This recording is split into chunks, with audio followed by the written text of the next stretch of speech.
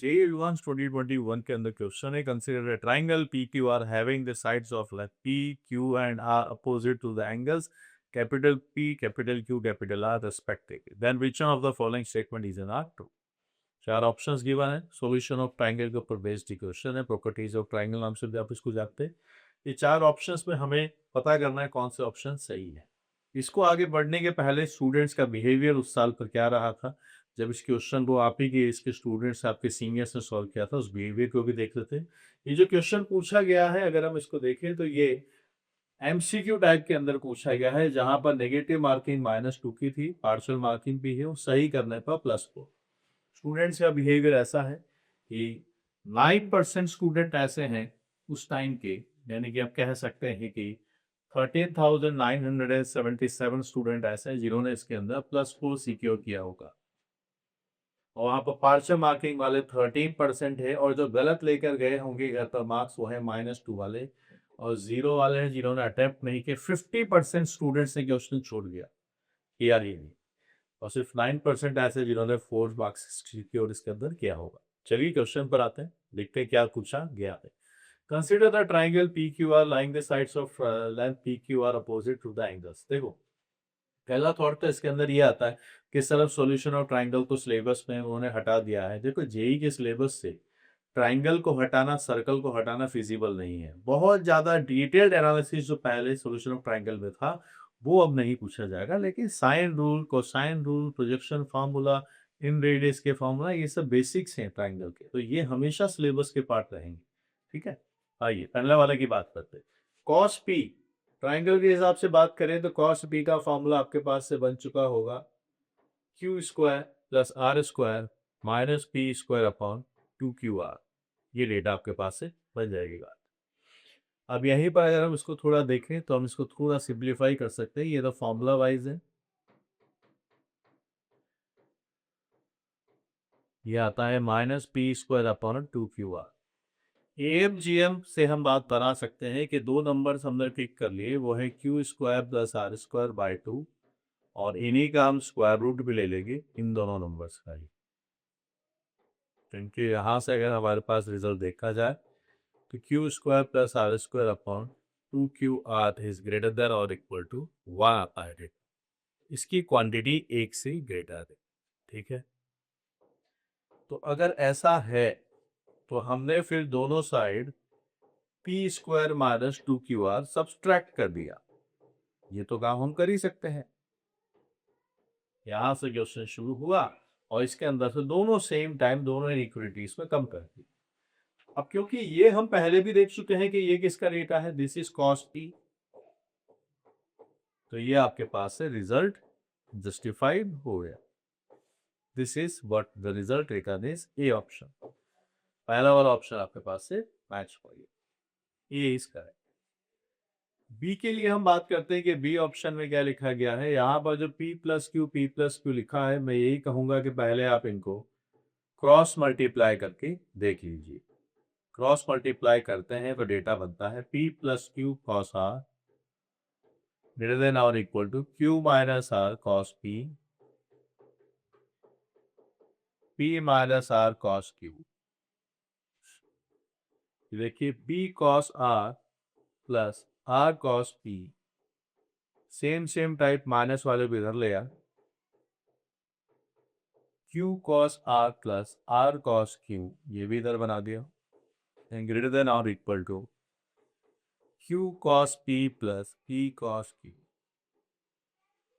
आपको अगर projection formula triangle से पता हो तो वहां पर एक कंसेप्ट होता है कि अगर A cos B लिखा है और B cos A लिखा है, तो ये सामने वाली साइड जो होती है C, उसके बारे में बात करते हैं, थर्ड साइड के बारे में। A cos B plus B cos A, जो A और B के कॉम्बिनेशन से बनता है ना, वो C बन जाता है। तो यहाँ पर भी वही कॉन्सेप्ट आपके पास लगेगा कि P cos R और R cos P, तो ये जो डेटा है आपके पास है, दिस विल बिकम P और R कन्वर्ट हो गया तो ये बनेगा साइड Q, प्लस Q और R के हिसाब से बात बनाई गई है, तो Q और R के हिसाब से कौन सा बचेगा आपके पास, वो बताइए। Q और R हो गया है, this will become side P, और ये ग्रेटर देन बोला है। आगे देखिए P और Q बोला है, P और Q के अकॉर्डिंग हम बात करेंगे तो बात बनेगी आगे। और जब भी ट्राइंगल बनता है तो ट्राइंगल रूल ये कहता है कि sum of any two sides, this is triangle rule, is always greater than the third side. Equity hold नहीं भी कर रही है तो कोई बात नहीं, पर ग्रेटर देन तो होल्ड कर रहा है, यहाँ होता है ग्रेटर देन और इक्वल टू, तो ग्रेटर देन इज होल्डिंग, तो this we can call this statement as a true. So sum of two side is greater than the third side. So yes, we can mark the B option is also true. A and B both are true.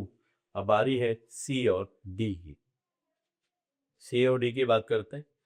ये दोनों हमारे पास है, true आ गया। इसको देखिए आपके पास क्या लिखा गया है। यह है Q plus R by P। Sine rule के हिसाब से हम इसको sine Q plus sine R बनता है।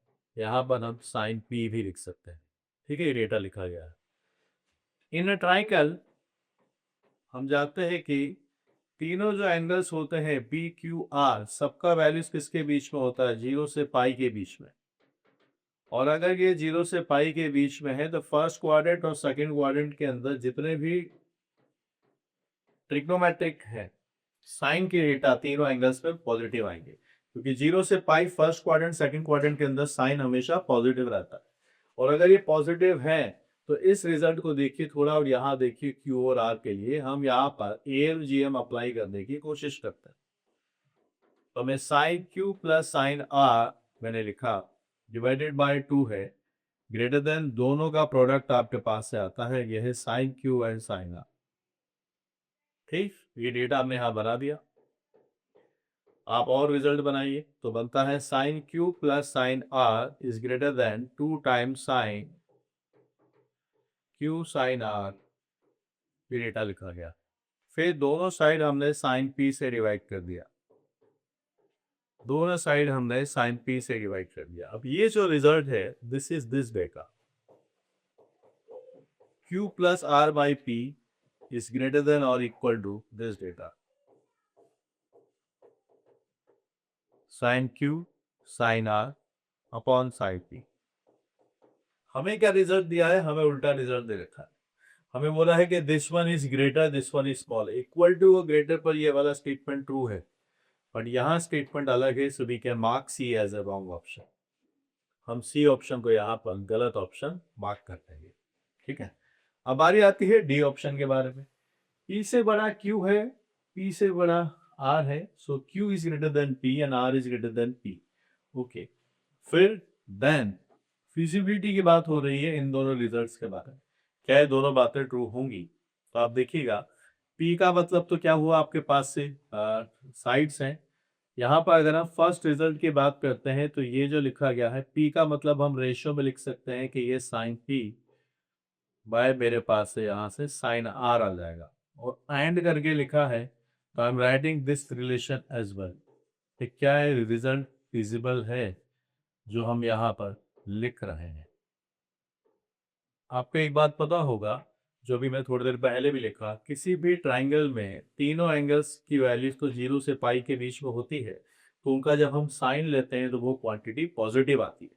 तो यहाँ पर ये भी जो रेशियोज है पॉजिटिव होंगे, तो साइन आर को मैं इस साइड मल्टीप्लाई कर सकता हूँ, cos Q sine R greater than sine P, और यहाँ से मेरे पास cos R sine Q is greater than sine P, देखा। और दोनों रिजल्ट ट्रू है तो हम दोनों को ऐड कर देते हैं। जब हम ऐड करने जाते हैं तो आता है sine R cos Q cos R sine Q, equality का साइन एक जैसा ही है, तो 2 टाइम्स साइन पी बन जाएगा। Sine A cos B cos A sine B, this is sine of A plus B, this is sine of A plus B. तीनों angles का जो सम होता है वो पाई होता है, then we can write it as P R plus Q, जिसको ना 180 माइनस पी हम लिख सकते हैं। यहाँ से डेटा आपके पास से साइन पी बन जाएगा, ग्रेटर देन आपके पास से डेटा आता है साइन पी। यहाँ से एक साइन पी से एक साइन पी चला जाएगा और रिजल्ट हमारे पास से आता है कि साइन पी नेगेटिव आएगा। क्या है पॉसिबल है साइन पी से साइन पी चलेगा? एक साइन पी लेस देन 0 है, यानी साइन पी नेगेटिव आएगा, but this is not true, this is wrong. Angles triangle के कुछ भी हो ए बी सी या पी क्यू आर, वैल्यू 0 से पाई के बीच में होती है तो साइन लेने पर वो नेगेटिव नहीं आ सकता, यानी ये दोनों रिजल्ट एक साथ पॉसिबल नहीं है। So D is a clearly no. हमारे पास करेक्ट ऑप्शंस यहाँ पर आने वाले हैं A and B. We are going to mark final answer as A and B. Good question to solve. Logically हमने इसको सॉल्व किया और मान के चलिए सॉल्यूशन ऑफ ट्राइंगल पर साइन रूल, कोसाइन रूल, ये बेसिक बातें हमें आनी चाहिए, अभी भी आनी चाहिए ना। ठीक है।